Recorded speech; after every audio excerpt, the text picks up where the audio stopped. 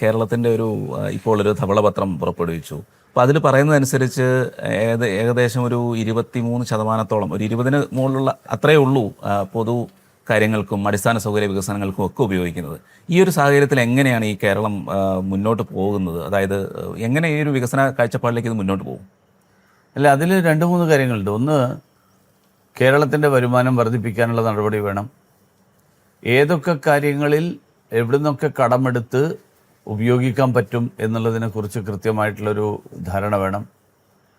കേന്ദ്ര സർക്കാർ നൽകുന്ന വിവിധ തരത്തിലുള്ള പദ്ധതികളും ആനുകൂല്യങ്ങളും അത് പ്രയോജനപ്പെടുത്താൻ വേണ്ടിയിട്ട് കാര്യമായിട്ടുള്ള പരിശ്രമം നടത്തണം.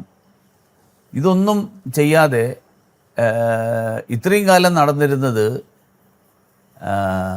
ജനങ്ങളെ തെറ്റിദ്ധരിപ്പിച്ചുകൊണ്ട് നടക്കാത്തതിൻ്റെയൊക്കെ ഉത്തരവാദിത്വം കേന്ദ്ര സർക്കാരിൻ്റെ തലയിലിട്ട് എന്നാൽ അത് നടത്താൻ വേണ്ടിയിട്ടൊരു ശ്രമം നടത്താതിരിക്കുകയും ചെയ്യുന്ന ഒരു സമീപനം. ആ സമീപനമാണ് ഇത്രയും കാലം സ്വീകരിച്ചിരുന്നത്. ആ സമീപനം ഇനി മുന്നോട്ട് പോവില്ല എന്നുള്ളത് വ്യക്തമാണ്. അപ്പോൾ അതുകൊണ്ട് പുതിയ സർക്കാർ കേന്ദ്ര സർക്കാർ പ്രഖ്യാപിച്ചിട്ടുള്ള നിരവധി പദ്ധതികളുണ്ട്, സംസ്ഥാനത്തിന് പ്രയോജനപ്പെടുത്താവുന്ന പദ്ധതികൾ.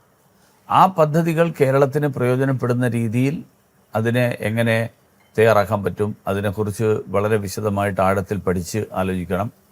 രണ്ടാമത്തെ കാര്യം, നമ്മുടെ നികുതി പിരിവ് വർദ്ധിപ്പിക്കാൻ വേണ്ടിയിട്ടുള്ള ശ്രമം നടത്തണം ഗൗരവത്തോടു കൂടിയിട്ട്. കേരളത്തിന് ആവശ്യമായിട്ടുള്ളത്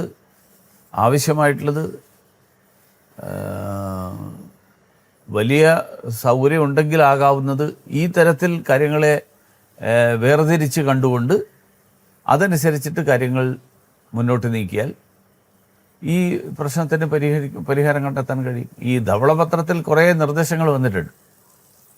ആ നിർദ്ദേശങ്ങളെ പറ്റിയിട്ട് സർക്കാരിൻ്റെ നിലപാടെന്താണ്?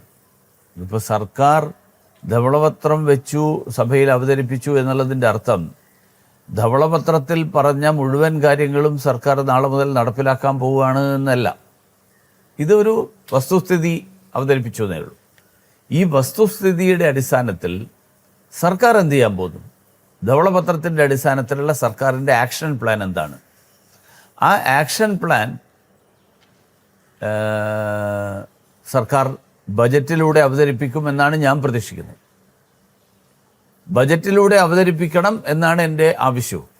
ബജറ്റിലൂടെ അത് അവതരിപ്പിച്ചില്ലെങ്കിൽ സർക്കാർ ഈ ധവളപത്രം പുറത്തിറക്കിയ എക്സസൈസ് വെറുതെ.